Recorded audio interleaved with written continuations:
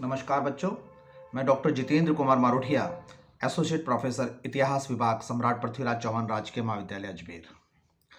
बच्चों, हम बात कर रहे हैं द्वितीय वर्ष ऑनर्स और द्वितीय वर्ष कला और राजस्थान के इतिहास की। आपका पेपर है राजस्थान का सर्वेक्षण और मैं बार बार अपने वीडियो के माध्यम से जो अध्यापन होता है हमारा, उसमें मैं आपको कोशिश करता हूँ इस बात की कि आपको राजस्थान के इतिहास की सूक्ष्म जानकारी होनी जरूरी है। वहाँ के भौगोलिक और ऐतिहासिक तथ्य, वहाँ के राजनीतिक पृष्ठभूमि और उनकी उपलब्धियों की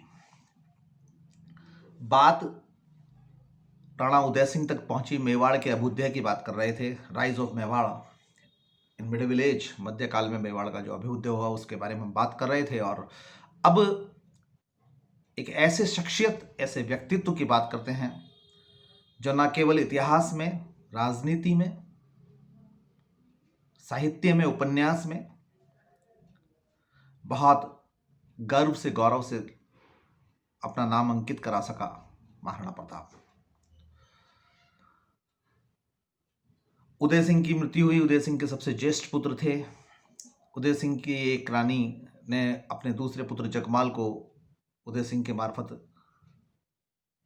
राणा स्वीकार कर दिया, बनवा दिया।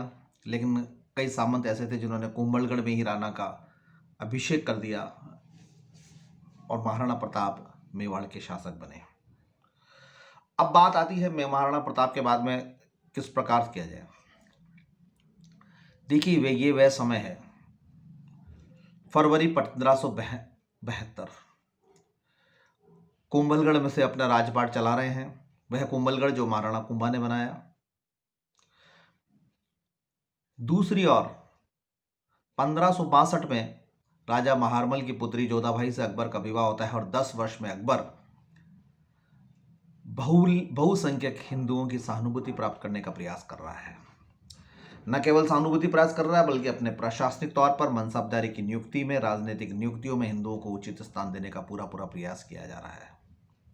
वहीं जो भी हिंदू राजा है या राजपूत राज्य है, उनसे वैवाहिक संबंध स्थापित करना, उनको उच्च मनसब देना, उनको आंतरिक स्वतंत्रता देने का प्रयास करना, कई मापदंडों के आधार पर प्रयास किया जा रहा है।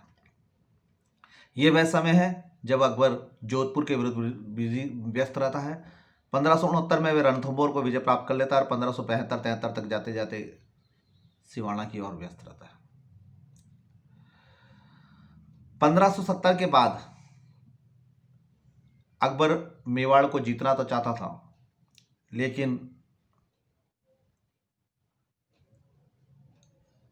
अनुकूल परिस्थितियां नहीं हो पाई। दूसरी ओर जब महाराणा प्रताप आए तो प्रताप को मालूम था कि अकबर साम्राज्यवादी प्रवृत्ति पर चल रहा है। बच्चों, महाराणा प्रताप और अकबर के संबंधों को हम ऐतिहासिक तथ्यों से समझेंगे, लेकिन भावनात्मक विषय भी लेना पड़ेगा। और भावनात्मक इसलिए लेना पड़ेगा कि वह सिसोदिया रक्त कभी यह नहीं चाहता था कि यहाँ की लड़की राजकुमारियाँ, सिसोदिया वंश की राजकुमारियाँ मुगल हरम में जाए।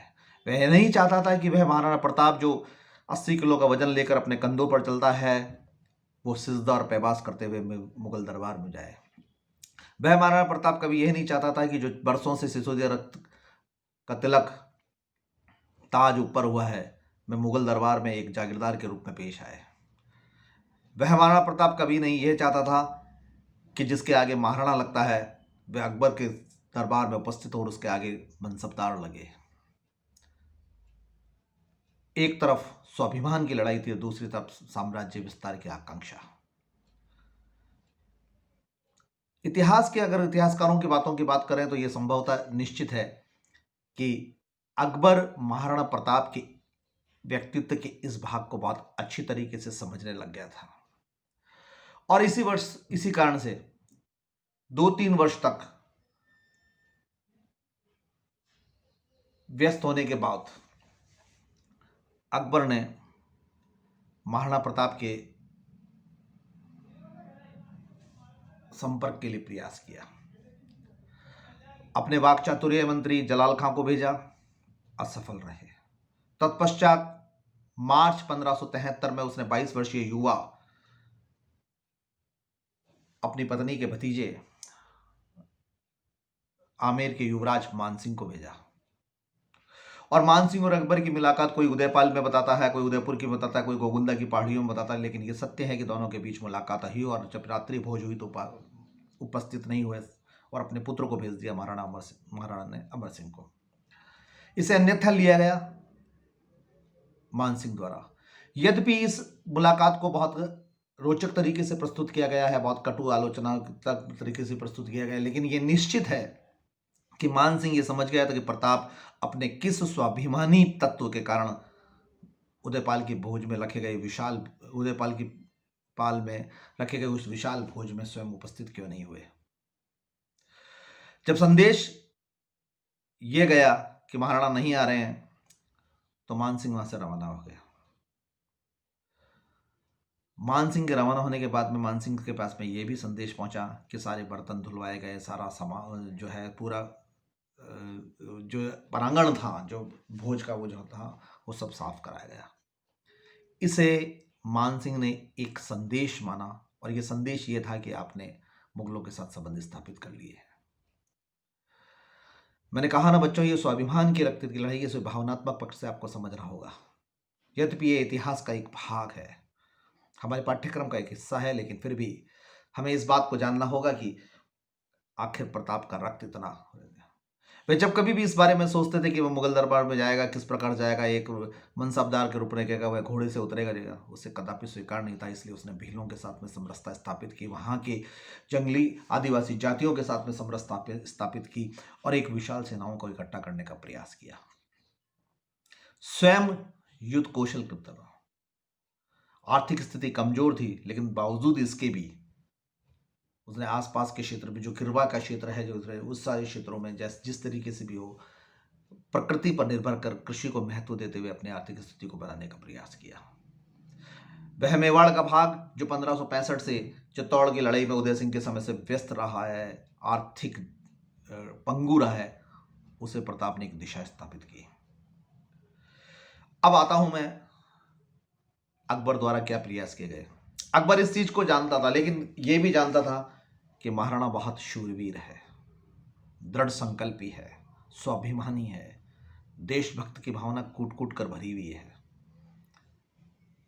और किसी भी राजा के लिए इस प्रकार के व्यक्तित्व से सीधा युद्ध करना आसान भी नहीं होता है।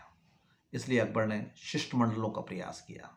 पहले जलाल खां को भेजा, फिर मान सिंह को भेजा।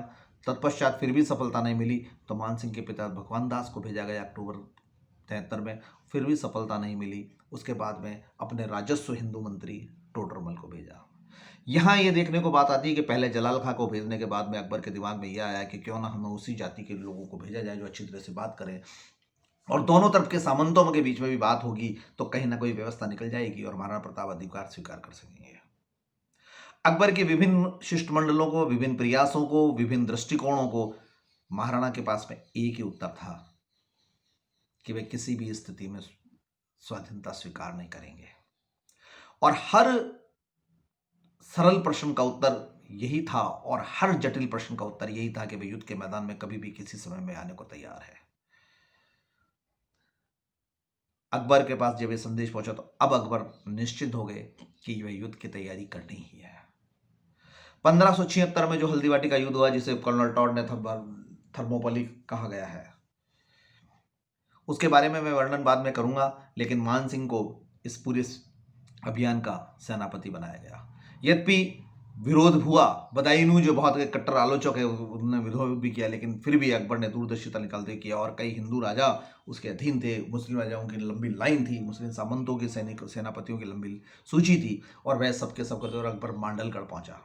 देखिए किस तरीके से आक्रमण किया जाता है। मांडलगढ़ दूसरी तरफ का है रास्ता और मांडलगढ़ पहुंच के वो 2 वर्ष तक विश्राम करा। उसने बहुत शाही सेनाओं का बहुत जबरदस्त तरीके से, एक तरीके से जिसे हम आज की भाषा में कहीं परेड करने की कोशिश की और ये परेड, ये प्रदर्शन एक मनोवैज्ञानिक दबाव था महाराणा प्रताप पर कि वह इस शाही सेना को देख ले और इससे होने वाले जबरदस्त विनाशक परिणाम की कल्पना कर ले और अकबर के अधीन आ जाए।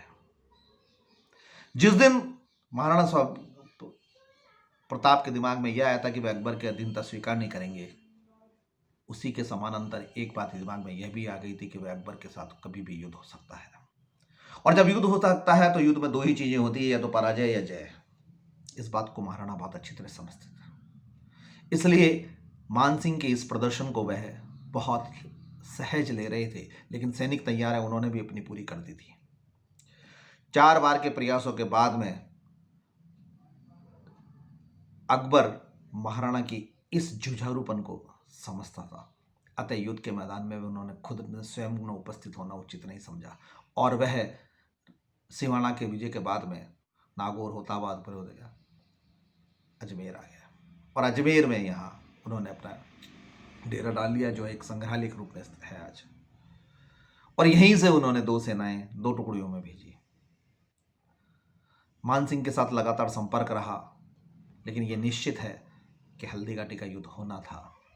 हल्दी घाटी का युद्ध किसी ने कहा है कि गोगुंदा की, किसी को खबनौर का युद्ध कहा गया, किसी ने गोगुंदा का युद्ध कहा गया, किसी ने लेकिन बादशाह बाग का युद्ध किया गया। लेकिन ये जरूर है कि मैं आपको जब भौगोलिक संरचना पढ़ाऊंगा आपके इस हल्दी घाटी के युद्ध के भाग 2 में, तब मैं आपको बताऊंगा कि किस तरीके से कहां पर कितने सेनाओं के साथ में युद्ध हुआ।